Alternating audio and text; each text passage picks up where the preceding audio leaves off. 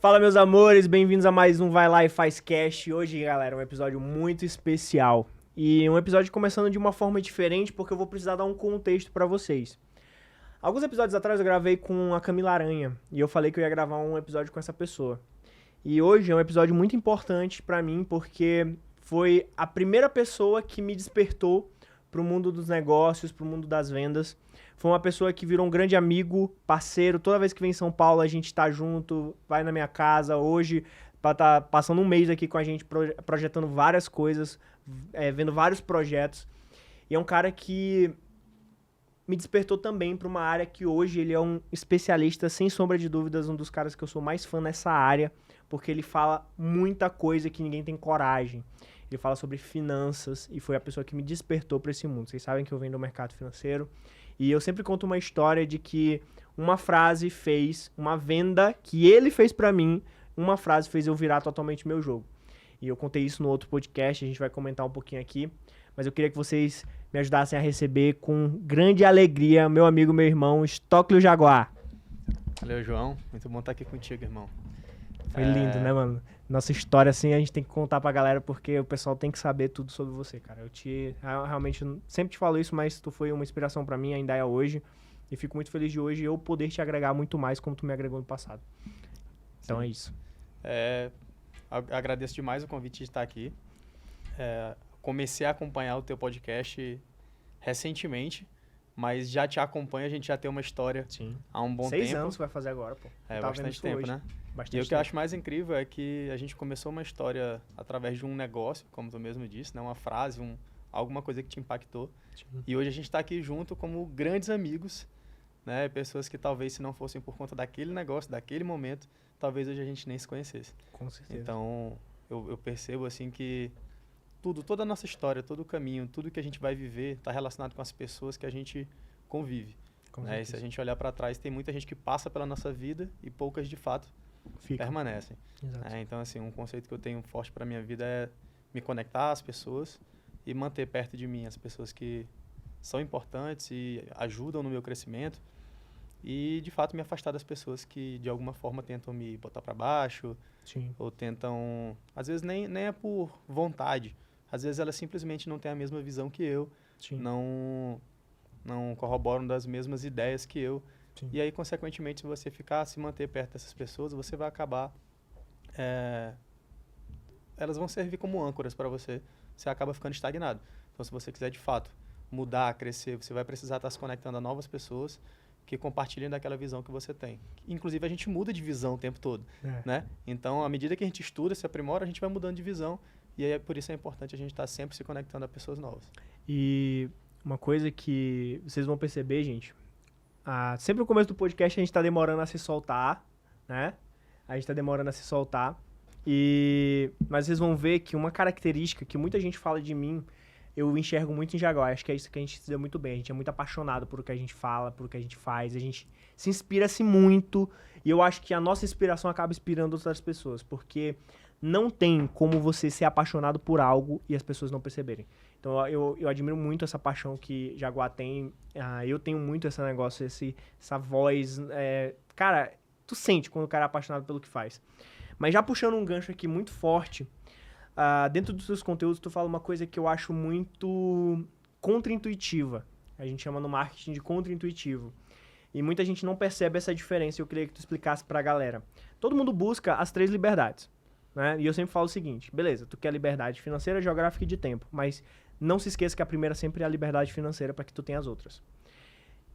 Só que tu fala assim, tem a diferença entre liberdade e independência financeira. Fala um pouquinho pra gente qual é a diferença disso. Na verdade as pessoas confundem muito esses termos, né?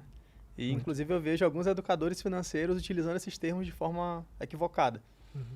Mas enfim, não estou aqui para dizer quem está certo e quem está errado, eu tenho uma visão sobre isso. Sim. Eu acho que assim, tu é uma prova viva disso.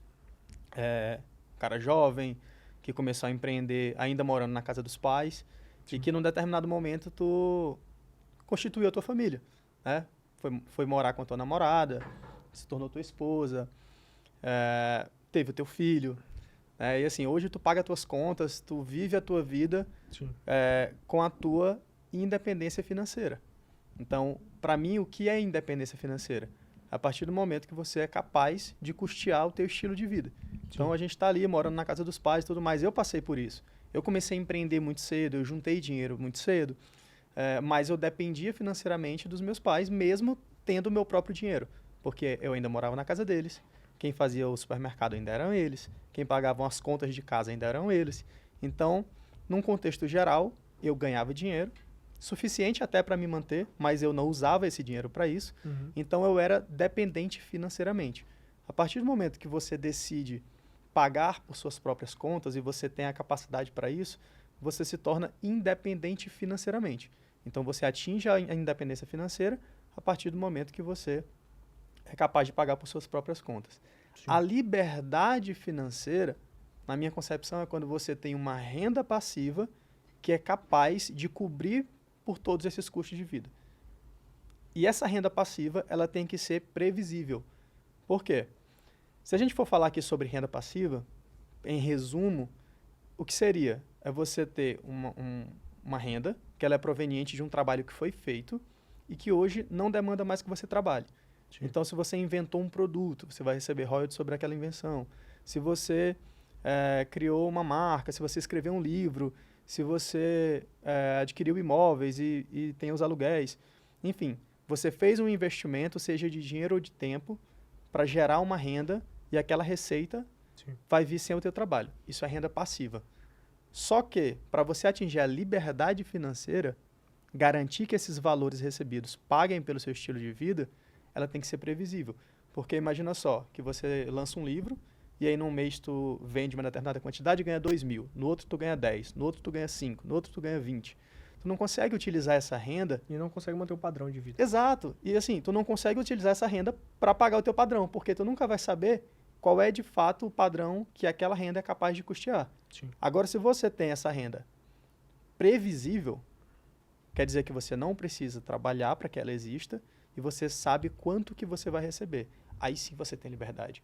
Porque aí, por exemplo, um sonho meu, e é uma coisa que eu vou realizar em breve, tenho certeza, é você comprar um motorhome e viajar pelo mundo. Eu posso fazer isso de avião? Hoje eu faço isso de avião. A gente compartilha dessa vontade, Hoje eu faço isso de avião, mas eu tenho vontade de ter um motorhome porque Sim. eu acho massa. É uma coisa que eu tenho vontade de fazer. Louco, eu também tenho muita vontade. Então, assim, se eu tenho uma renda passiva, ou seja, eu não preciso trabalhar para ter aquela renda, e ao mesmo tempo ela é previsível, eu consigo comprar o meu motorhome, porque eu sei que eu consigo pagar o combustível, eu consigo pagar pelas coisas que eu quero fazer, e aí basta eu adaptar os meus custos àquele valor, entende? Então, para mim, a grande diferença é a gente tem que trabalhar para chegar na independência financeira, mas tudo parte de chegar a gente tem que trabalhar para chegar na liberdade financeira, mas tudo começa, claro, na independência financeira. E, cara, tu falou uma coisa no começo que pegou muito, que é uma coisa que até a gente conversou recentemente, que a gente tem uma visão muito fora da caixinha, não só por ser empreendedores. Muita gente do nosso meio é empreendedor também, mas não tem uma coisa que eu vou definir como responsabilidade financeira. Ou responsabilidade da vida de forma geral, sabe? Quantas pessoas passaram por nós naquela época, e até hoje alguns, mas principalmente naquela época, quanta gente cresceram muito rápido e caíram ao mesmo tempo. Que caíram tão rápido quanto, né? Na verdade.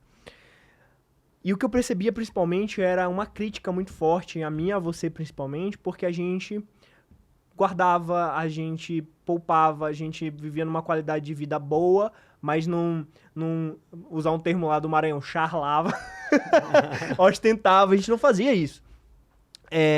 Tínhamos uma qualidade de vida muito boa, éramos uns mais respeitados da cidade em relação a finanças na época, a gente fez um movimento muito grande no Maranhão sobre finanças.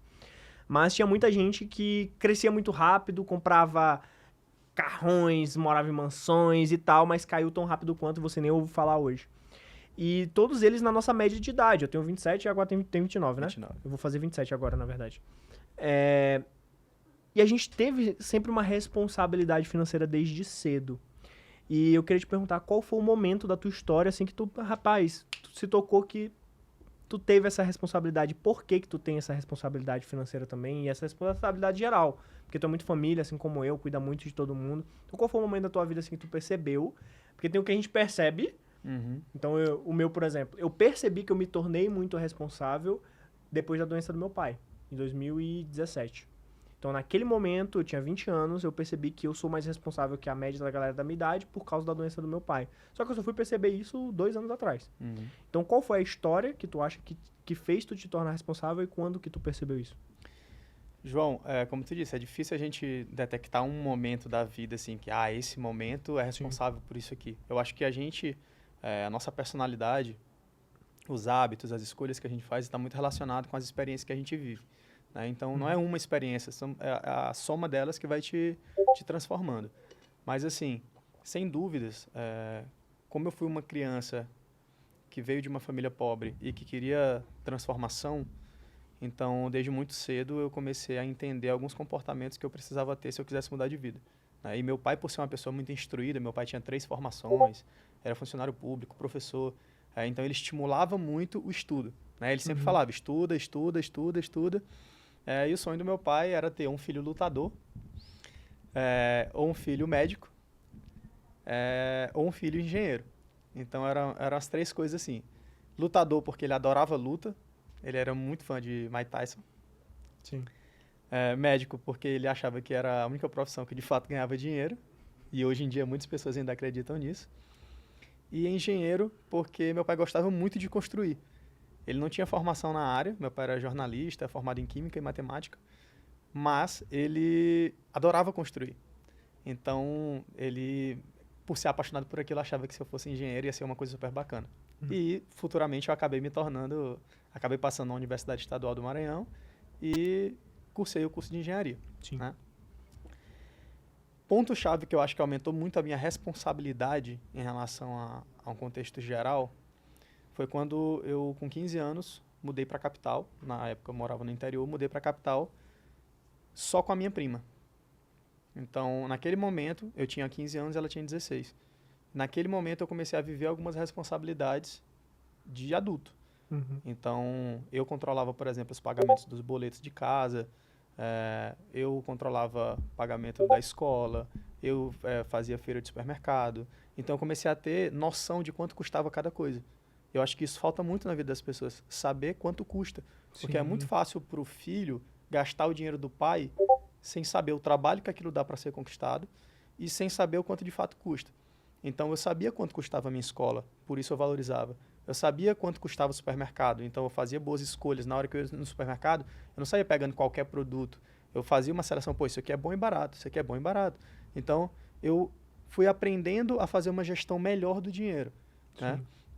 E isso, sem dúvidas, esse momento foi fundamental, porque no ano seguinte, o meu irmão, na época, ele tem 6 anos menos que eu, então na época ele tinha uns 10 anos, veio morar comigo. E aí eu tinha agora mais uma responsabilidade, né? E aí outras responsabilidades foram surgindo depois. Tudo é uma construção, mas teve esse ponto Exato, específico. teve esse ponto, foi o início de tudo, né? Mas assim, em outros momentos depois a gente talvez até vai discutir mais pra frente, outros momentos foram me trazendo outras responsabilidades, e hoje no ponto que eu estou, me sinto praticamente pai da minha família, né? Tu sabe a minha história. Então hoje eu me sinto muito responsável, eu tive que amadurecer muito para poder chegar onde eu tô, e hoje eu sou muito feliz porque eu sinto quase que eu zerei o game, sabe, assim, de entender a vida e o que é importante para mim. Então acho que eu tento passar para as pessoas muito isso, delas entenderem, buscarem entender o que é importante para elas. E a responsabilidade é só um pontinho para tornar tudo melhor. E assim, de uma forma ou de outra, intencional ou não intencionalmente, teu pai deve estar muito orgulhoso, porque dos 3 que ele queria, 2 estão, né? O teu irmão é lutador e tu é engenheiro. Eu acabei me tornando engenheiro e meu irmão lutador de jiu-jitsu. Isso ele deve estar muito feliz, eu acredito. Porque assim, às vezes a gente fala que muita gente tem esse contraponto. Eu não vou seguir o sonho do meu pai porque eu tenho os meus sonhos. Muitas vezes essas pessoas são aqueles pais que pressionam, né? Mas, cara, às vezes o teu pai, ele te inspira a ser aquilo, né? Então, eu tiro muito isso pelo meu pai. Quando eu passei na UFMA, para fazer futuramente engenharia mecânica também, eu entrei na faculdade, meu primeiro plano era ser perito de Polícia Federal, inspirado no meu pai, que é policial. Então, eu sempre quis isso. Então, desde pequeno, e é incrível, assim, eu quero ser esse tipo de inspiração pro meu filho, sabe? Desde pequeno, meu pai colocou, eu lembro muito bem, tipo, lá em 4, mais ou menos. Meu pai saindo todo dia pra treinar. Ele precisava passar no TAF da polícia. Aí ele colocou chumbado uma barra, né? Lá em casa. E logo assim, eu com 12 anos, a gente voltou de Foz, eu voltei de Foz, eu morei em Foz do Iguaçu 2 anos, acho que eu voltei com 10, 12 anos, não lembro. Mas assim que eu voltei, eu lembrei da barra, eu sabia que o papai fazia, aí eu falei, pai, me ensina a fazer. Aí papai começou a me ensinar e, cara, eu fui treinando desde, tipo, 12, 13 anos de idade pra fazer o TAF da polícia lá com 20 e poucos anos. E aí, só que eu sempre fui mais ambicioso. Eu acredito nisso, eu percebi depois. Eu tenho uma ambição muito maior que a do meu pai, muito pela criação. E eu fiquei feliz de descobrir isso depois porque eu consegui inspirá-lo a ser mais ambicioso. Acho que isso também é um contraponto. E aí, só pra ter noção, eu falei, cara, beleza, qual é a profissão dentro da polícia, quem ganha mais? Aí eu, delegado. Só que delegado precisava fazer direito. Eu falei, bicho, direito eu acho que é a única coisa que eu não faria na minha vida jamais, eu fujo. E aí eu peguei e falei, não, engenharia dá pra fazer perito ganha a mesma coisa que delegado. E eu botei quente pra fazer. E é muito legal a gente ver porque assim, quando eu me formei, eu não precisava me formar. Eu já ganhava mais do que um engenheiro recém-formado. Mas eu me formei por 2 motivos. Primeiro, pra eu não gastar meu tempo. Porra, deixei 4, 5 anos na faculdade e não vou largar. Mas também muito por ver o orgulho na cara dos meus pais. Né? E saberem que tem um filho formado e tudo. Terem muito apoio a mim. Ter muito orgulho de mim. Eu acho que essa é uma coisa que a gente sempre puxa. Mas hoje ver assim que hoje tu conseguiu realizar, querendo ou não, um sonho dele, eu achei muito bonito. Eu não sabia dessa parte, que ele tinha vontade. Eu achei muito legal isso. Mas me conta uma história, porque assim, eu perguntei sobre responsabilidade financeira, aí tu falou isso já de entrar já no valendo. Mas essa história que eu vou te lembrar agora foi antes ou depois dos 15 anos, que tu fala que teu pai te dava o troco, e aí tu procurava em várias... Conta essa história pra gente, conta essa história. Cara, isso foi bem antes. Eu, Criança. criancinha, assim, meu pai nunca me deu mesada, Uhum. né? Não tinha como me dar mesada. Então, assim, eu durante muito tempo, João, eu observei o comportamento financeiro do meu pai e eu julguei como errado. E isso me motivava a fazer diferente dele. Só que recentemente eu estava fazendo uma reflexão, uma retrospectiva, né? Escrevendo um pouco da minha história, tentando entender de onde eu tinha tirado cada coisa, por que eu tinha me transformado em quem eu tinha me transformado. Sim. E, cara, eu descobri que meu pai me treinou. Sabe assim, se eu Isso pegar é as muito coisas forte. que aconteceram, Sim. sabe? Foi um treinamento. E aí, quando eu mapeei isso, eu falei assim, cara, se eu tiver um filho, eu vou agir com ele desse jeito. Porque isso aqui foi um treinamento que meu pai fez inconscientemente. Entende? Então, assim, quando eu era criança, a forma que eu tinha de ganhar algum dinheiro era que meu pai me dava ali, por exemplo, R$2 e falava, vai na farmácia comprar pra mim uma Neosaldina. E aí, cara, eu tinha uma bikezinha e rodava nessa bikezinha todas as farmácias da cidade. Morava no interior, tinha 5, 6 farmácias. Hoje tem mais de 30. Mas eu rodava todas as farmácias para economizar, às vezes, 5 centavos. Então, numa farmácia era 20, na outra era 15. E aí eu economizava 5 centavos numa coisa, mandava eu comprar alguma outra coisa, economizava 10 centavos em outra coisa. E ele sempre me dava o troco. Então eu já sabia que... Ele nunca me mandava comprar uma coisa de R$1 e me dava 10. Uhum. Entende? Então ele sempre me mandava comprar algo e me dava o dinheiro Quase lá. quase lá. Então tudo que sobrava ele me dava. Uhum. Então, cara, eu comecei a fazer isso. Tudo que ele mandava eu comprar, eu ia e procurava o lugar mais barato possível. E sempre ficava com troco, e com o tempo eu fui acumulando esse dinheiro. Cara, era pouquíssimo dinheiro, mas para mim, que era uma criança, era muito representativo. Mas é muito hábito, né? Isso foi construindo o meu hábito. E aí, eu te falei, né? Eu tô escrevendo a história de quando eu aprendi as coisas, e o que eu percebi foi que, com isso, eu aprendi a fazer pesquisa de preço. E hoje, dentro do mercado imobiliário, que é um mercado que eu atuo muito forte, eu faço exatamente a mesma coisa que eu fazia quando eu ia, só que hoje eu economizo milhares e milhares de reais. Então, é um comportamento que eu desenvolvi enquanto criança para economizar centavos, que hoje me ajuda a economizar muito dinheiro. Não, e eu tenho muita história contigo disso. Porque, gente, agora a gente é amiga há muitos anos. Aí, quando eu fui comprar esse celular aqui, eu tava indo viajar pra Argentina, tu lembra? Rapaz, esse dia eu fiquei com ódio de ti. Eu falei, Jaguar, tu tem alguma promoção aí de milhas e tal, porque Jaguar, ele me ensina muito sobre milhas.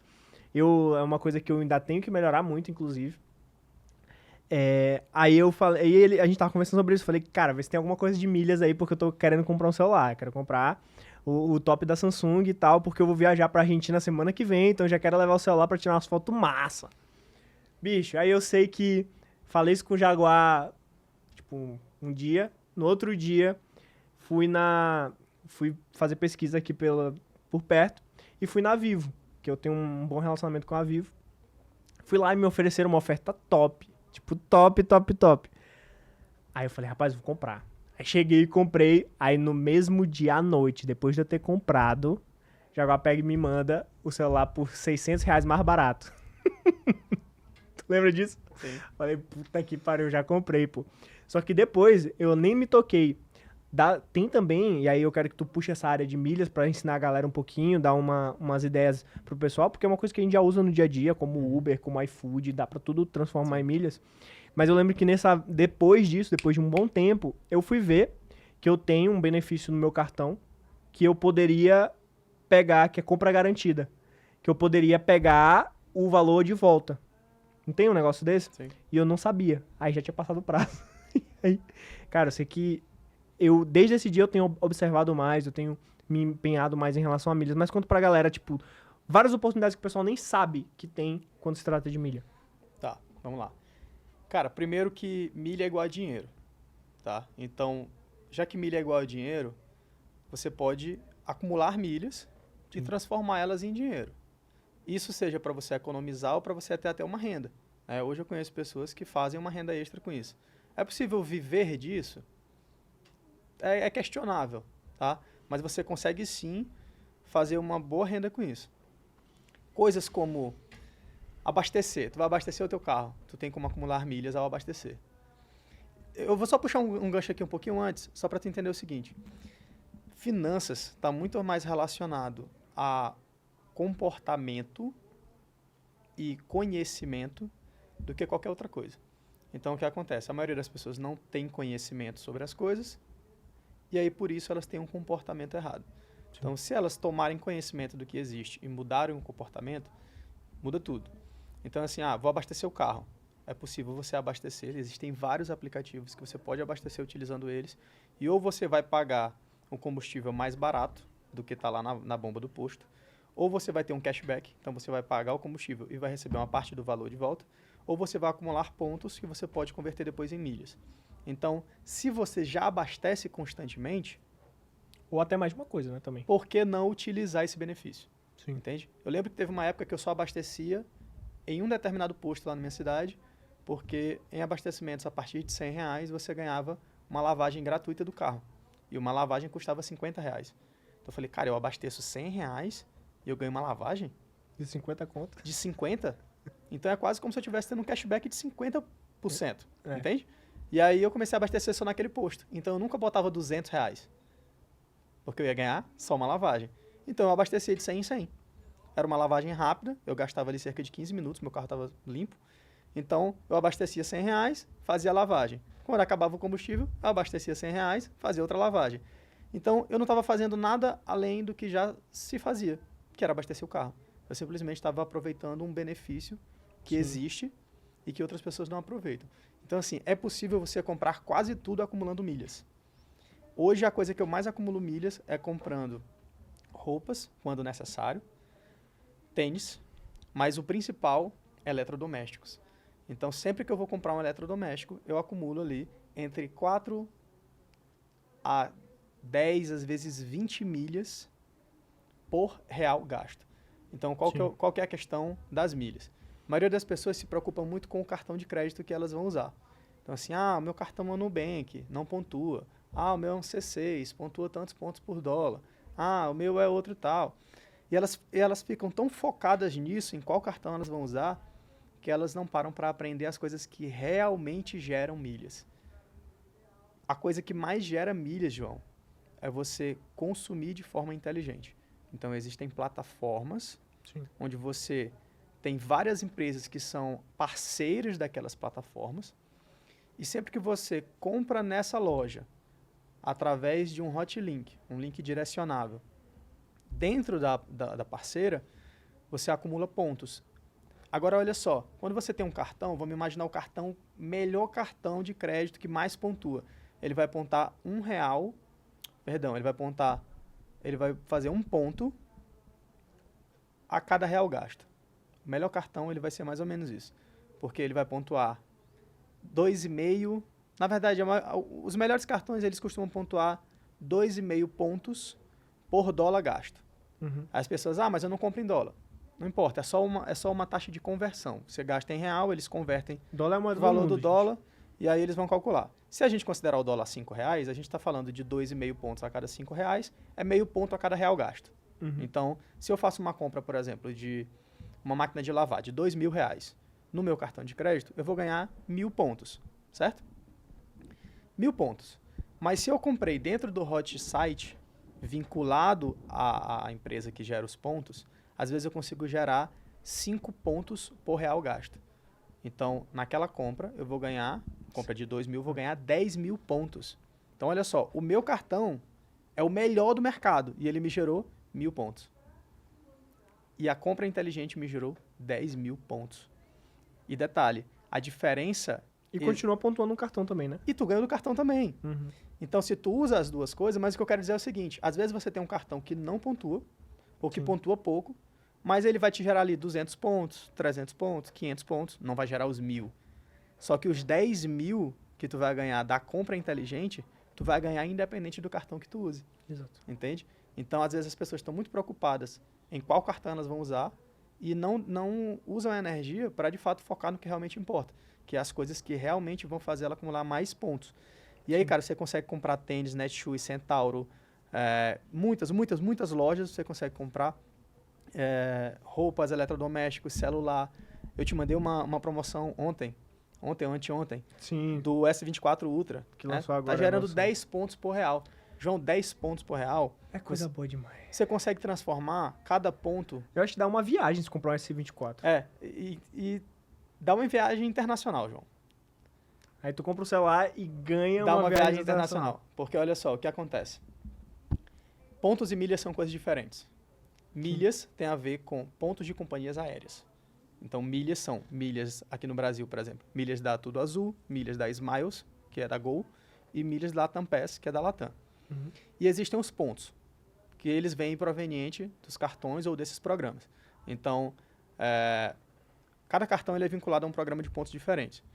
O Banco do Brasil, por exemplo, e Bradesco, eles pontuam no programa Livelo. O Banco Santander pontua no programa Esfera. O Itaú, num programa próprio. Então, cada cartão ele pontua num programa próprio. Uhum. Os pontos, você consegue em alguns momentos. Isso acontece algumas vezes no ano. Não é uma data programada, mas acontece algumas vezes momentos de promoção de conversão. Promoção de transferência. Ou seja, eu consigo transferir os meus pontos Livelo para Tudo Azul, para Smiles, para Latam e ganhar bônus com isso. Esses bônus, eles chegam algumas vezes a ultrapassar 100%. Vou fazer a conta de 100%. Imagina que eu comprei esse celular por R$9.000 a 10 pontos Livelo por real. Eu vou ganhar 90.000 pontos. Se eu pego uma promoção de conversão para uma Latam Pass, por exemplo, e eu converto isso com 100% de bônus, eu vou transformar os 90.000 pontos em 180.000 milhas Tudo Azul. Sim. E com isso eu consigo fazer uma viagem internacional, ida e volta. Às vezes, dependendo da situação, eu consigo fazer até 2 e fazer uma viagem em casal. Então imagina só, tu comprar um celular e tu ganhar uma viagem internacional. Aí tu fala assim, Jaguar, mas eu não consigo viajar, eu não tenho tempo, eu não tenho liberdade. Cara, tu pode emitir essa passagem para uma outra pessoa e vender essa passagem para ela. Então a gente está falando aí de talvez recuperar todo o valor que tu pagou no celular. Ou mais. Ou mais, entende? Então assim, hoje tem pessoas que criaram seu negócio próprio de agência de viagens. O que eles fazem? Eles procuram grandes disparidades entre passagens, a disparidade entre preço em real e em milhas. Por quê? Porque quanto maior essa disparidade, mais eles vão conseguir lucrar. Exemplo, imagina que tu precisa de uma passagem de R$2.000. E aí tu chega assim, Jaguar, dá pra tu emitir essa passagem por milhas? Aí eu vejo lá que cada passagem dessa tá me custando 20 mil milhas. E eu sei que cada milheiro daquele ali me custou R$ 20. Então, aquela passagem para mim está custando cada 3, R$ 400. 20 mil vezes 20 vai dar R$ 400 de ida, 400 de volta. Então, a passagem está me custando R$ 800. Sim. Isso se eu comprei milhas, por exemplo, pontos e converti milhas, que também é possível. Se eu acumulei de uso, aquelas milhas são de graça. Mas como vale dinheiro, a gente tem que ter algum parâmetro. Uhum. Me custou R$ 800, a passagem é 2 mil para ti. Eu posso te oferecer essa passagem por 1.500. Tu vai ter um desconto e eu vou ganhar R$ 700. Entende? Sim. Então, é muito bacana, porque quando você entende o mundo, você fala assim, cara, quando eu for pedir iFood, eu vou usar essa estratégia para gerar crédito no iFood e ganhar ponto. Eu fiz isso ontem. Quando eu vou usar Uber, eu consigo gerar crédito dentro da Smiles e ganhar de 3 a 5 milhas Smiles a cada real que eu gasto. Sim. Detalhe, na Uber você pode usar o crédito tanto para transporte Quanto próprio, mercado ou entrega. Exato. Então, eu posso fazer o meu supermercado dentro do aplicativo da Uber e ganhar, por exemplo, até 5 milhas Smiles por real gasto na minha feira de supermercado. Uhum. No meu transporte. E se Sim. eu precisar enviar alguma coisa para algum lugar, eu também ainda consigo ganhar isso. Então, assim, e isso existe em várias coisas. E são várias estratégias diferentes, mas que se você utilizar, você vai ter vários benefícios. Vou falar uma coisa que não está diretamente necessariamente ligado à milha, mas há uma estratégia que eu uso algumas vezes. Sempre que eu vou comprar um produto, na internet principalmente, sempre que eu vou comprar um produto que parcelado no cartão, ele é um preço. Ou até à vista no cartão, em uma vez, ele é um preço. E no boleto, ele tem 10% de desconto. O que eu faço é pegar esse boleto e pagar através do cartão de crédito no aplicativo AME Digital, que me cobra 2% do valor do boleto. Então, olha só, eu vou continuar pagando no cartão, porque no aplicativo, no aplicativo eu pago usando o cartão. Você não sabia. Só que eu vou pagar 2%. Só que qual foi a minha economia? 10%. Entende? Então acabou que tu ganhou 8% de desconto. Exato. Então, ao invés de eu pagar... E eu ainda acumulei milhas, porque eu paguei usando o cartão. Mas isso é aquele que só determinado final de boleto ou qualquer boleto? Não. No caso do AME Digital, você consegue pagar qualquer boleto. Sem limite de preço? Não, existe um limite de preço. Se eu não me engano, no AME, é R$ 1.500 por boleto e limitado até R$ 3.000 no mês.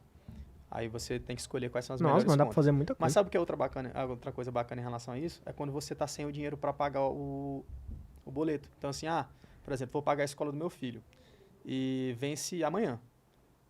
Se eu não pagar amanhã, eu vou perder o desconto. Então, o que eu posso fazer? Eu pego um cartão que vence a fatura daqui 20 dias, por exemplo. Sim. Pago esse boleto dentro do aplicativo e eu ganho prazo. Eu ganho o desconto, porque eu paguei o boleto em dias, ganho pontos, porque eu usei o cartão para pagar, e ganho prazo, porque eu não vou precisar... O boleto já está pago, agora eu só tenho que me preocupar em pagar a fatura. Lógico que você tem que tomar cuidado com isso, porque normalmente os juros envolvidos em um boleto é muito menor do que os juros envolvidos no cartão. Então, você só pode fazer isso se você tiver certeza que quando vencer a fatura do seu cartão, você vai poder pagar. Senão não vai compensar, você vai economizar um dinheiro, porque vai ganhar o desconto, mas o que você vai pagar de juros depois no cartão de crédito não compensa. É o que a gente fala sobre fluxo de caixa. Eu, por exemplo, muitos anos atrás, eu vim da área de finanças, eu tomei uma atitude. Cara, tudo que eu puder eu passo no crédito. Porque me gera pontos e faço várias coisas. Hoje eu tenho um cashback muito bom com o meu cartão. E também eu tenho muito crédito. Então, por eu usar muito crédito, eu tenho bons limites, boas coisas. Às vezes, por exemplo, vou comprar uma coisa para a empresa ou para o meu negócio. Além daqui, eu tenho a minha esposa tem um negócio dela. Então, a gente comprou, por exemplo, material, as coisas que a gente chama de antecipável. Então, a gente comprou uma coisa que a gente precisava antecipar. Eu pago só lá na frente, gerando ponto, gerando as coisas. Só que, cara, é é até eu tive até uma ideia de business aqui pra gente durante o podcast, mas depois a gente fala em off pra não dar ideia pra todo mundo fazer primeiro que a gente, né? Mas é muito bacana você ver que, realmente, assim, o que define Jaguar, gente? Ele fala sobre estratégias de finanças. Vocês pegaram aqui várias estratégias simples que às vezes faz tu economizar 5, 10, 15, 20%. Porque outra coisa tu pode... essa semana, ele sabe que eu sou louco pela Samsung. Aí ele me perguntou, João, se eu comprar esse celular por X, dá pra eu vender tranquilamente por Y? Aí eu falei, dá. Até porque é lançamento e tal. Então, provavelmente, ele já vai ganhar dinheiro nesse trade. É um trade, querendo ou não, né? Mas assim, toda a narrativa por trás do porquê tu se definiu como estrategista de finanças tá linkado muito à tua história. Então, tu contou a história lá dos trocos do teu pai, tem várias outras que eu já dei uma bisbilhotada ali nesse material. E é muito legal, gente, vocês entenderem isso. Mas uma das principais visões que eu compartilho contigo e que eu acho muito legal é o comparativo que tu faz, que é dinheiro versus qualidade de vida. Eu queria que tu falasse um pouquinho sobre isso. Que na verdade, não é nem dinheiro versus qualidade de vida, é riqueza versus qualidade de vida, né? E depois, primeiro faz esse paralelo, mas depois eu quero saber de verdade o que é riqueza pra ti. Ou tu pode fazer junto, não sei, mas eu gosto dessa comparação que tu traz. Entendi. Então, vamos lá. Riqueza, pra mim, ela não tá vinculada a dinheiro. Na verdade, eu acho que existem vários tipos de riqueza. Entende? Então, assim, pra mim, por exemplo, eu já comentei contigo, pra mim a coisa mais importante pra mim é a minha família. Então, pra mim, ter uma família bem organizada, todo mundo com saúde mental, uma vida feliz, saudável, onde todo mundo se dá bem, onde a gente tem um momento de comunhão. Cara, diariamente, eu compro um bolo, levo pra casa da minha mãe e peço pra ela fazer um café. No final da tarde, a minha mãe já me espera, entende? Quando eu abro a porta do apartamento dela... O cheiro de café já vem. O café já tá feito, ou ela tá lá no fogo fazendo o café, entende? Por quê? Porque ela já sabe que aquilo ali vai acontecer, aquilo ali é um momento nosso, importante, que veio lá de trás. Por quê? Porque quando eu era criança, existiam ali algumas mães que eram muito amigas, que se reuniam na casa de uma delas, todas as crianças se reuniam ali para brincar, para comer bolo, tomar café, comer pão frito. Já comeu pão frito? É um pãozinho massa grossa assim, passa uma manteiga, frita ele, fica uma delícia. É isso que te chama de pão frito? Cara, fica uma delícia. Então, assim, tudo isso são coisas que, de novo, a gente se torna resultado das experiências que a gente vive. Então, para mim, a minha família é a coisa mais importante que existe. É a tua riqueza. É a minha riqueza. Então, assim, mas eu preciso ganhar dinheiro? Preciso. Porque a saúde da minha família é importante para mim. E para a minha família ter saúde, para eu garantir isso, eu preciso pagar plano de saúde. Entende? Uhum. E para eu pagar plano de saúde, eu preciso de dinheiro. Sim. É importante para mim que a minha família faça bons passeios, viagens. É importante. A saúde mental deles, o crescimento deles, e meu também. Para isso eu preciso de dinheiro. Entende? Então, assim, tudo de uma certa forma, ou boa parte das coisas, elas são relacionadas também ao dinheiro. Então, não dá pra gente ser hipócrita e falar assim, eu vou ser feliz sem dinheiro. Mas, você primeiro precisa identificar o que te faz feliz. Em 2020, eu fiz uma lista. De fato, o tema da lista é o que me faz feliz. E eu comecei a elencar o que eram as coisas que eram realmente importantes para mim. Hoje, muita gente eles não param para pensar, para tomar consciência e acabam querendo conquistar as mesmas coisas que outras pessoas estão conquistando. Então, assim, fulano comprou um carro novo. Eu também tenho que comprar um carro novo. Fulano se casou. Eu também tenho que casar. Fulano teve um filho. Eu também tenho que ter um filho. E elas começam a tentar viver a vida dos outros, porque elas veem as pessoas sendo felizes. Só que cada coisa dessa tem um preço. E não tem como você ter tudo. Então, o que eu fiz foi elencar o que era importante para mim. Porque quando você se conhece, você faz melhores escolhas. E comecei a ver quanto que custaria cada uma daquelas escolhas. Então, assim, eu amo ver filmes. Aí eu botei um preço nisso. Eu falei, como eu conquisto isso? Netflix, Amazon, não sei o que, os streams. Quanto isso custa? Sei lá, R$200 por mês. Então, eu botei um preço, um valor monetário, para eu poder ser feliz naquele aspecto. E fui fazendo isso para outros aspectos. Então, eu quero ter um carro. Quanto eu preciso ter? Ah, eu quero viajar. Quanto eu preciso ter? Ah, eu quero fazer um churrasco a cada final de semana com os meus amigos. Por quê? Porque amigos é outra riqueza extremamente importante para mim. Então, eu fui vendo o que era importante e fui elencando os custos disso. Quando eu cheguei nesse nível, que eu concluí, que eu falei assim, cara, isso aqui é de graça, isso aqui é de graça, isso aqui é de graça, isso aqui é de graça, eu fui só determinando quais eram os comportamentos que eu tinha que inserir na minha vida para eu poder melhorar. Como, por exemplo, eu quero me sentir bem, feliz e tal. Quero ser elogiado. Aí o que eu pensei, preciso me vestir melhor. Então, pensar no que me faria bem, que era ser elogiado, me fez tomar consciência de que eu precisava emagrecer e me vestir melhor. E aí eu comecei a trabalhar nessas coisas, né? E aí hoje eu estou com 40 quilos a menos e estou me vestindo muito melhor do que eu me vestia antes. O mais bacana de ter feito esse exercício foi que eu consegui chegar em um valor que eu falei assim, cara, se eu ganhar isso aqui por mês, eu vou ser feliz.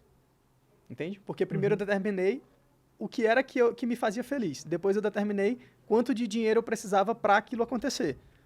E depois eu falei, cara, se eu tiver isso aqui, eu vou ser feliz. Só que, João, eu nunca consegui pensar na possibilidade de ser empregado. E assim, não julgo, não tenho problema com quem é empregado. Eu acho que o emprego, ele pode ser uma grande ferramenta de crescimento, sim. Eu acho que hoje tem muita gente aí batendo, tipo assim, tu é empregado, tu é um burro. Tu é empregado, tu é um otário. Não. Empregado não muda de vida, empregado não cresce. Eu sou contra essa ideia, mas eu nunca me vi como empregado. Eu gosto muito de liberdade. Até a minha rotina eu gosto que ela não seja rotineira. Entende? Então, assim, eu gosto de treinar todos os dias, mas eu não gosto de ir todos os dias no mesmo horário. Entende? Então, para mim é importante essa liberdade, essa sensação de liberdade. E o empregado, de fato, ele não tem escolha. Ele tem um horário para acordar, para comer, para trabalhar, para chegar em casa e para fazer tudo que tem que fazer. Então, quando eu fiz isso, eu falei assim, cara, como é que eu faço, então, para eu ter liberdade? Para eu conquistar isso aqui?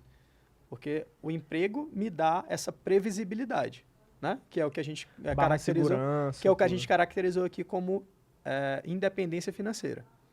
Então, o emprego me dá isso. Eu consigo, eu ganho X, se eu mantiver o meu padrão de vida em Y, eu consigo bancar a minha vida. Sim.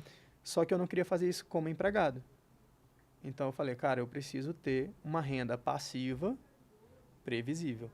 Porque eu já fazia empreendimentos, eu já tinha renda, só que elas não eram nem passivas e nem previsíveis. Foi aí que eu entrei no mercado de imóveis com o intuito de gerar aluguéis. Entende? Sim. Porque eu falei, cara, se eu pegar esse capital que eu tenho aqui e eu continuar investindo no tipo de coisa que eu invisto, por exemplo, eu sempre gostei de diversificar e investir em várias coisas, mas uma delas foi em agricultura. Então, teve um determinado momento da minha vida que eu plantei milho e ganhei um bom dinheiro. Tive uma experiência negativa no primeiro ano, depois eu fui evoluindo e ganhei dinheiro com isso. E era altamente rentável, só que não me dava previsibilidade e nem era passivo. Então, quando eu entrei no mercado imobiliário, eu pensei assim, cara, já que eu sei quanto me custa para ser feliz, eu vou ver quanto que eu preciso investir para poder conquistar esse valor. E aí eu cheguei num denominador na época, fiz esse investimento. Na época tinha uma previsão de receita mensal com aluguéis. E poucos anos depois, essa receita desse único imóvel, fora todos os outros imóveis que a gente foi conquistando depois, esse único imóvel ele já me gera uma receita que é quase o dobro do que eu projetei na época que eu fiz. Então, isso é extraordinário, porque me permite aumentar o meu padrão de vida e ele ainda está seguro, eu ainda me mantenho livre financeiramente. Então, a forma de você se manter livre financeiramente é você ter uma renda passiva previsível que banque o teu custo de vida. Aí, ou você tem que aumentar a sua renda, ou você tem que diminuir o seu padrão. Sim. Mas, se você tem uma renda passiva previsível e você eleva o seu padrão acima disso, você deixa de ser livre financeiramente. Pode até ser independente se você continuar trabalhando, mas você deixa de ser livre financeiramente. Então, é muito importante você primeiro aumenta os ganhos, depois aumenta o padrão de vida. E na minha ideologia, eu sempre mantenho o meu padrão de vida no máximo em 50% do que eu ganho. Isso é uma filosofia minha. Tá? Muita gente fala assim, você deve investir 10% do que ganha. Eu falo, cara, se você não está preparado para investir 50% do que você ganha, ou seja, se você não está preparado para viver com 50% do que você ganha, você ainda não está preparado para sair da casa dos seus pais. Entende? Então, eu estou ganhando 5 mil reais por mês. Quero sair da casa dos meus pais. Talvez você já possa.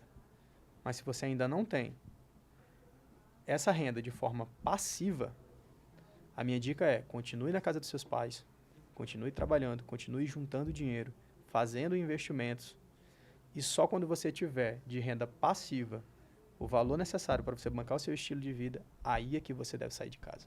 Sim. Porque você vai trabalhar com coisas que você realmente queira, você vai focar na sua carreira e não no seu emprego, você vai fazer o que você realmente ama e não o que é necessário. Então, hoje eu estou aqui em São Paulo, trouxe negócios para a gente discutir, a gente está aqui fazendo um trabalho bacana, e lembra da lista que uma das questões era voltar a palestrar, porque na época que a gente trabalhava com o mercado financeiro, eu me sentia muito bem ensinando as outras pessoas sobre isso.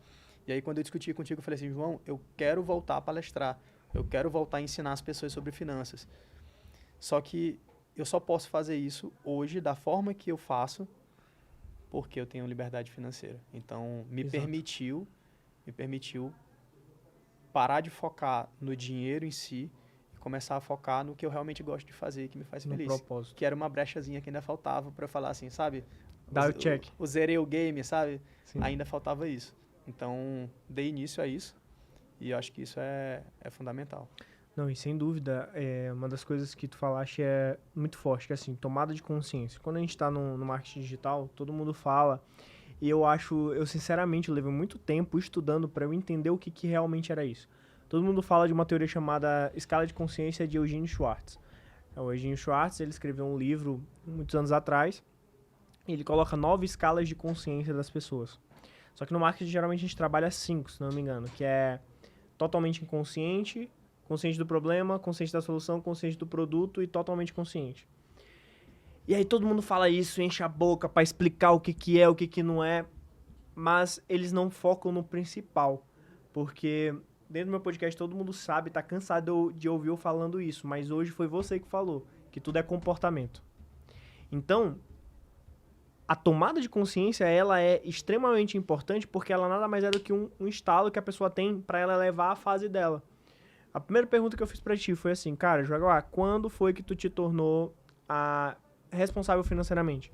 Aí tu contou uma história a respeito disso. Mas pra que tu conte essa história, tu teve que perceber isso. Perceber a tomada de consciência. Tu evoluiu naquele funil de consciência ali, que é o que a galera tanto ensina. Então, gente, quando você vai produzir um conteúdo, quando você vai trabalhar sobre isso, você tem que ter a noção de se colocar, muitas vezes o especialista, ele não se coloca nesse lugar. Às vezes ele acha que ele está ensinando uma coisa que é muito óbvia. Cara, o óbvio só se torna óbvio quando é dito.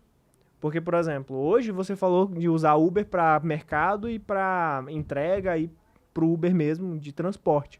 E usar isso através de milhas. Qual a tua desculpa para não usar?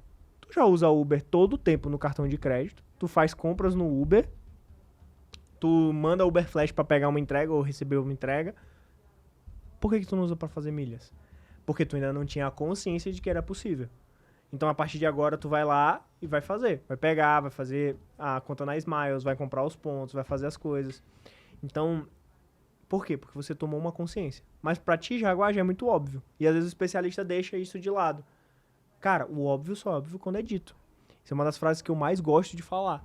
Porque eu fico puto de raiva com as pessoas que não tem essa noção, sabe? Tipo, cara, é óbvio pra ti, tu convive com isso, tu entende isso. Então, a mudança de consciência, ela é extremamente forte nesse ponto. E aí tu entrou dentro do ramo principal hoje teu, que é o dos imóveis. Quando a gente falou sobre estratégia de finanças, gente, estratégia de finanças é muito sobre economizar, né? Sobre você economizar e talvez até ganhar mais, investir melhor, seja todo esse engolfo, essa mistura toda. Mas tu tocou num ponto muito importante. Então, hoje, através da renda passiva de imóveis que tu construiu, te traz uma previsibilidade que tu consegue bancar o teu padrão de vida. Certo? Certo. Agora eu quero saber, qual seria... Assim, nosso público ele é variado. Tem pessoas que estão começando a vida, como a gente começou lá atrás, que precisavam guardar dinheiro, estavam com os pais e tudo. Tem as pessoas que já estão mais estáveis e tem as pessoas que às vezes não tem nem tempo, já tem um padrão de vida, já tem o dinheiro, mas não tem a qualidade de vida.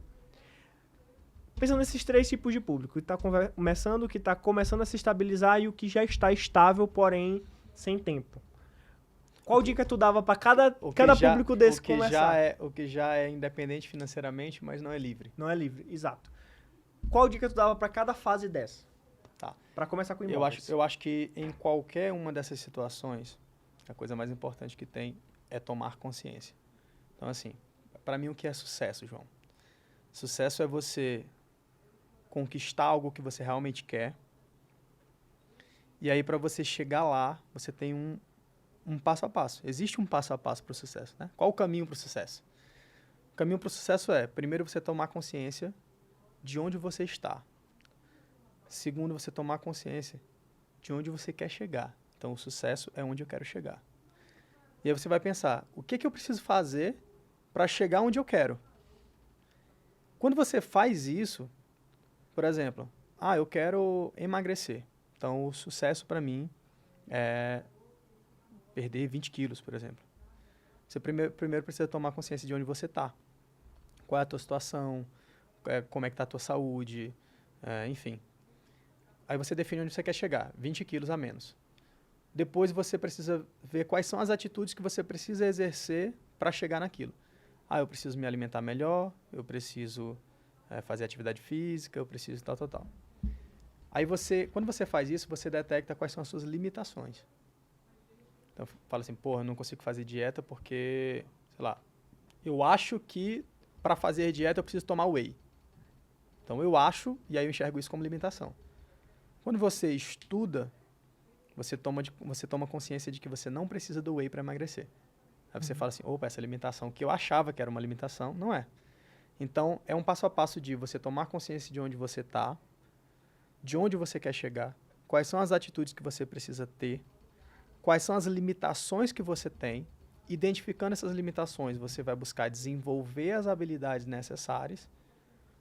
E aí, quando você desenvolve as habilidades, você tem que praticar, estudar e praticar o tempo inteiro. O que vai te levar até o sucesso? Estudar e praticar isso por tempo suficiente, porque as pessoas ainda desconsideram o tempo. Então, assim, não importa o quanto eu me alimente bem e o quanto eu me exercite durante um dia, eu não vou conseguir perder os 20 quilos. Mesmo que eu execute as ações mais assertivas do mundo, eu não vou alcançar o sucesso, porque eu preciso fazer por tempo suficiente. Mas tudo começa na tomada de consciência.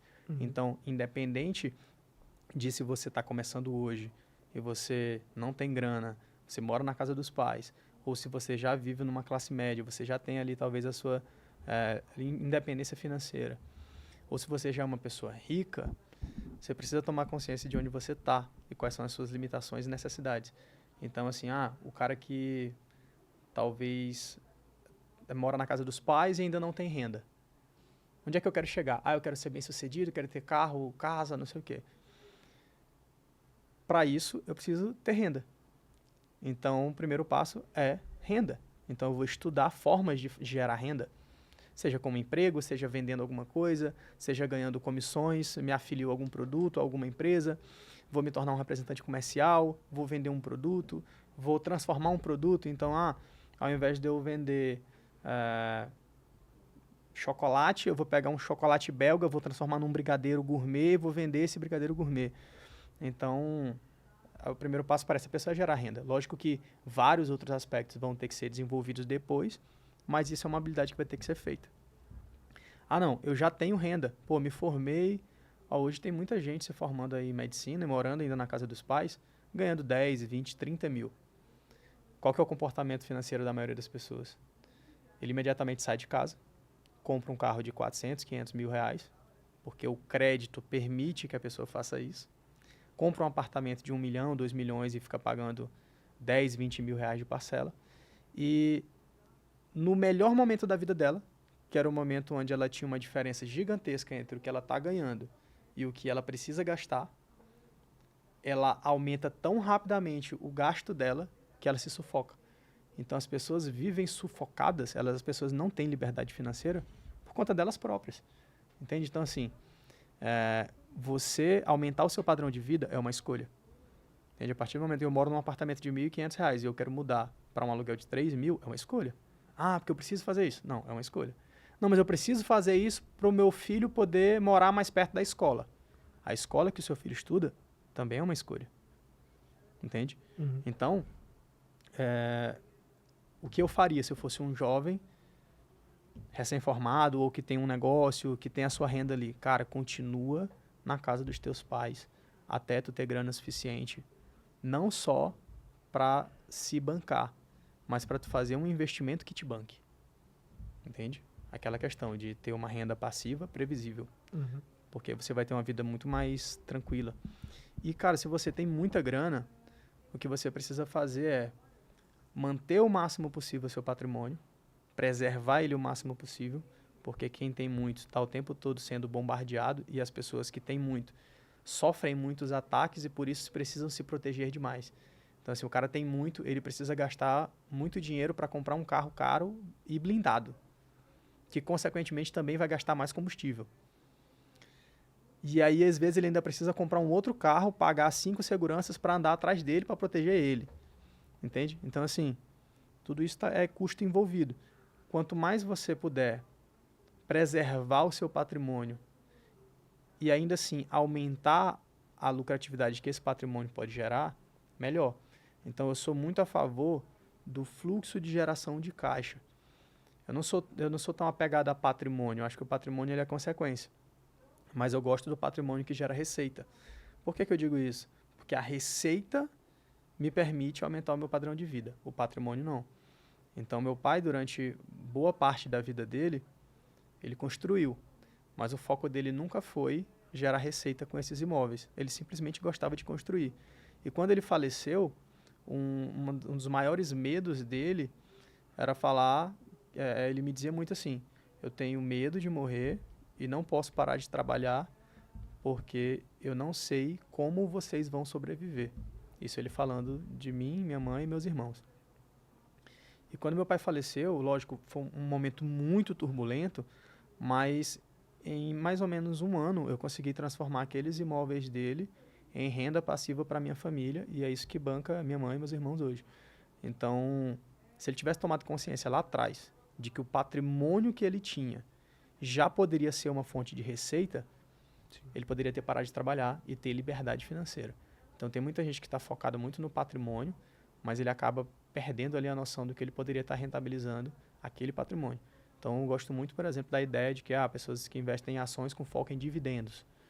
Acho bacana, porque se uma determinada ação de uma determinada empresa cai e o seu foco são os dividendos, quanto mais ações você tem, mais dividendos você recebe, porque você recebe dividendos compatível com a quantidade de ações que você tem e não com o valor investido.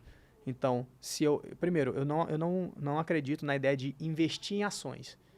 Eu não invisto em ações, não acredito em investir em ações. Você investe em empresas. Então, tem um monte de gente, na tua carteira tu acha que é ideal ter 10 ações, 20 ou 50. Meu irmão, quantas empresas tu realmente acreditar que possam te gerar dividendos? Que sejam bons negócios e não boas ações. Porque você comprou ações a R$20 de uma boa empresa. Essas ações caíram para R$15 e ela continua sendo uma boa empresa, você vai comprar mais. Entende? Agora, se você está simplesmente ali por especulação, pode ser que quando ela caiu 15%, tu começa a duvidar da empresa e talvez até vai vender as ações no prejuízo. E isso é um comportamento que muitas pessoas cometem. Né? Tu está dentro do mercado financeiro há bastante tempo, já mexeu com Forex, cripto, bolsa, e a gente já deu treinamento sobre isso, a gente sabe como é que é o comportamento da maioria das pessoas. Sim. Ela compra uma ação, quer ficar rica em 2 dias, com uma especulação de que vai valorizar 1000%, e acham que R$100, R$200 investidos vai mudar a vida delas. Não vai. Tá? Isso é...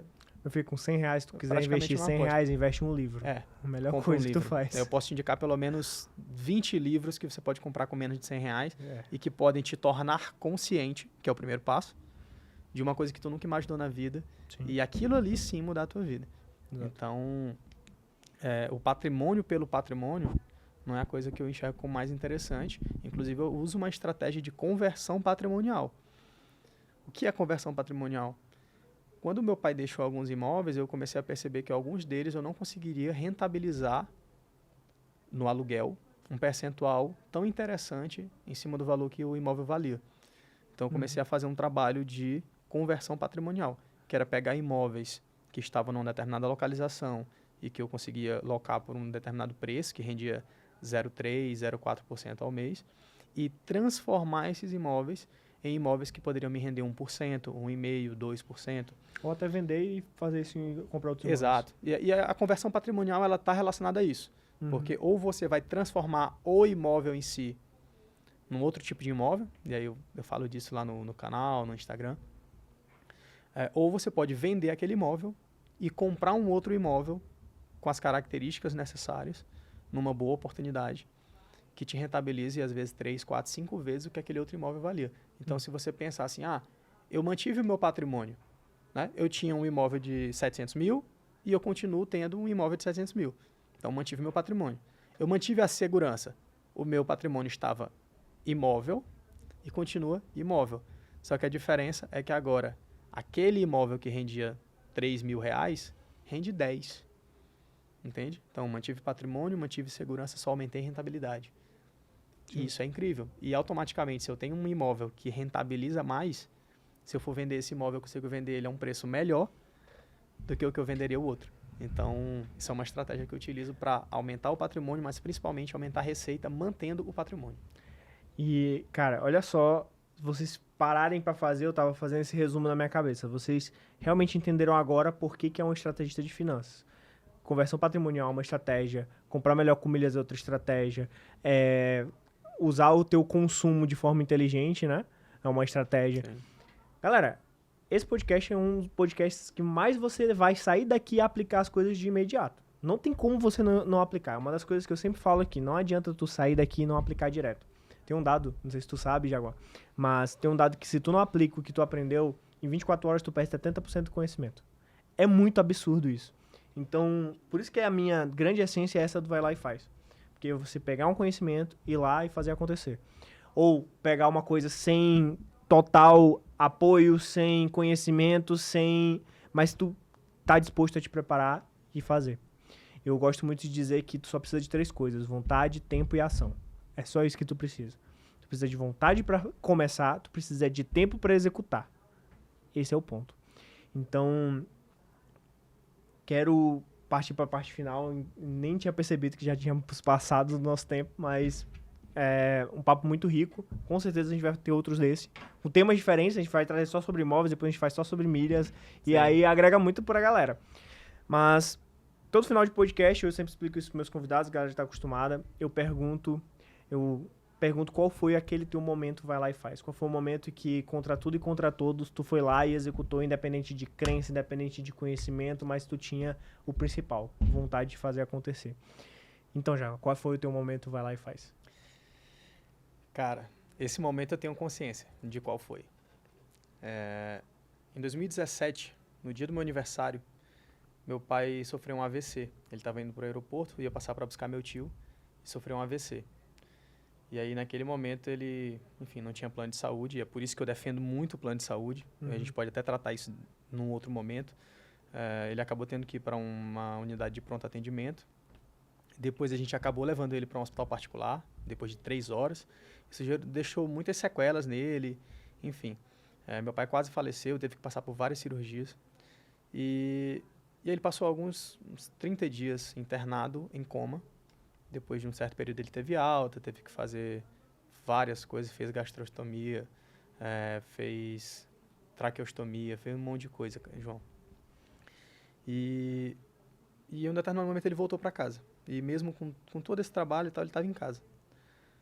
No ano seguinte, ele teve umas complicações e teve que ser hospitalizado de novo. E quando ele foi hospitalizado de novo, eu já tinha começado a trabalhar, eu tinha me afiliado a uma empresa de venda de cosméticos, onde eu ganhava uma comissão pelas vendas dos produtos. E eu decidi fazer aquilo porque naquele momento a gente estava utilizando lá em casa a minha reserva financeira, que eu tinha juntado ao longo da vida toda, para bancar os custos do meu pai. Porque o meu pai não tinha renda passiva. Entende? Então, a única renda da família, naquele momento, era a renda ativa do meu pai.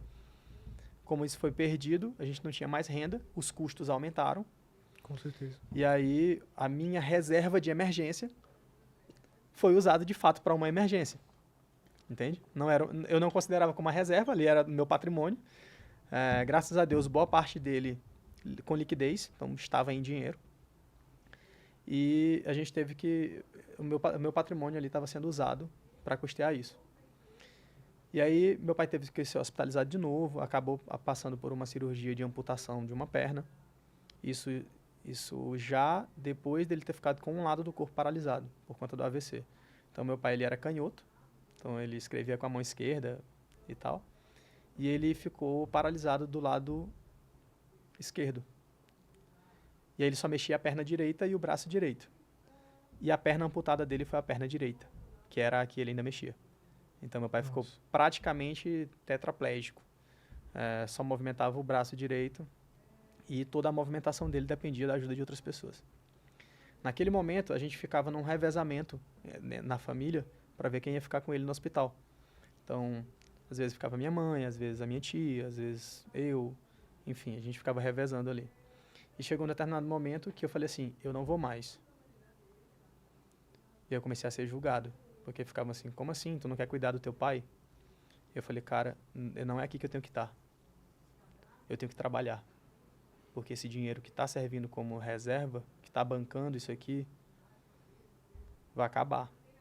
Então eu preciso gerar mais caixa para poder continuar bancando meu pai. Ninguém entendia isso. As pessoas me julgavam e diziam, tu tem que ver teu pai, tu tem que ficar com teu pai, tu tem que não sei o quê. Enquanto teu pai tá no hospital, tu tá vendendo perfume no interior, tal. Para com isso. E no próprio interior, muita gente me julgando. Então, tipo assim, o pai dele tá doente, ele tá aqui. Cara, eu entendia o porquê eu tava ali. Eu tinha o propósito, sabe? Assim, eu sabia... Era muito dolorido para mim, João, eu não estar com o meu pai. Mas eu sabia que o que eu precisava fazer, que ninguém mais poderia fazer por mim, era trabalhar com aquilo e ganhar o dinheiro que eu pudesse ganhar para poder bancar ali a saúde do meu pai. Então, as outras pessoas não iriam bancar. A minha tia não ia bancar. O meu avô não ia bancar. Quem estava bancando era eu. Então, eles poderiam ficar com o meu pai. Mas eu tinha que ir trabalhar. Então, assim, esse com certeza foi o momento que eu tive que ir contra tudo e contra todos. E fui lá e fiz. Isso, sem dúvida, assim, vários momentos da minha vida eu tive que ir lá e fazer, sabe? Mas esse, sem dúvidas, acho que foi o mais impactante para mim, porque eu ouvia muitas críticas e ainda assim eu continuava fazendo porque eu tinha consciência de que aquilo era a coisa certa a fazer. Então, isso para mim é fundamental. Eu me arrepiei muito agora nisso porque... É muito difícil a gente imaginar essas situações. Eu passei por uma coisa muito pesada com meu pai, eu nunca conto isso 100%. Não foi tanto tempo, graças a Deus, foi 2 meses, mas foram os 2 meses mais longos da minha vida, que é o que eu te contei já, que foi o que me fez ser muito responsável, com 20 anos, ter que meio que assumir toda a casa. E pra minha mãe cuidar do meu pai, tinha meu irmão mais novo, e tudo isso agrega. Então, assim, eu me imaginei na tua situação. Claro, não foi tão pesada, graças a Deus, mas eu me imaginei muito nisso. É uma decisão muito difícil, porque a gente tá brigando com um sentimento que as pessoas às vezes confundem muito, né? Amar também é fazer escolhas difíceis. Então, tu tava amando da tua forma. Sim. E provavelmente a tua forma de amar foi o que fez tudo se resolver naquele momento. Então, eu conhecia já essa história, não dessa forma, mas achei muito incrível o teu momento Vai Lá e Faz. Acho que a galera vai compartilhar desse pensamento. Gente, e finalizamos esse podcast com chave de ouro, né? Eu queria agradecer mais uma vez, Jaguar, por topar o convite. E deixa aí tuas redes sociais pra galera. Agora, Estratégia de Finanças no YouTube também, né? Exato, Estratégia de Finanças no YouTube. A gente vai entrar com o Instagram de Estratégia de Finanças também. Meu Instagram atual é ojaguar_. Então, as pessoas que quiserem saber aí um pouco mais sobre o mundo das milhas, sobre comportamentos financeiros, sobre estratégias financeiras, pode seguir a gente e acompanhar lá no canal do YouTube, porque a gente mostra as coisas de uma forma diferente da maioria. Então, você vai ter um conhecimento mais aprofundado sobre cada detalhe e, sem dúvidas, você vai poder fazer escolhas melhores e viver uma vida mais livre, com mais dinheiro e mais perto da sua família, das pessoas que você ama. É isso. É isso aí, galera. Eu acho que essa foi um dos podcasts mais impactantes em termos de você entender realmente um pouco das 3 liberdades, que é a liberdade financeira, liberdade de tempo e liberdade geográfica, né? E fico muito feliz de estar podendo agregar esse conteúdo para vocês, então não deixe de se inscrever no canal, compartilhar com quem precisa ouvir essa mensagem e deixem aí nos comentários também qualquer dúvida que eu mando direto para Jaguar, faça aí respondendo nos stories. Vamos fazer isso tudo, dar um engajamento bacana pra gente cada vez mais disseminar o conhecimento, porque vocês sabem que nosso X representa muito isso. E é isso, meus amores. Muito obrigado pela presença de todos, pela audiência de todos. Me sigam lá no Instagram também, JG Campos X. Ainda não mudei o user, ainda vou mudar, mas é isso. Muito obrigado pela presença, fiquem com Deus e até a próxima.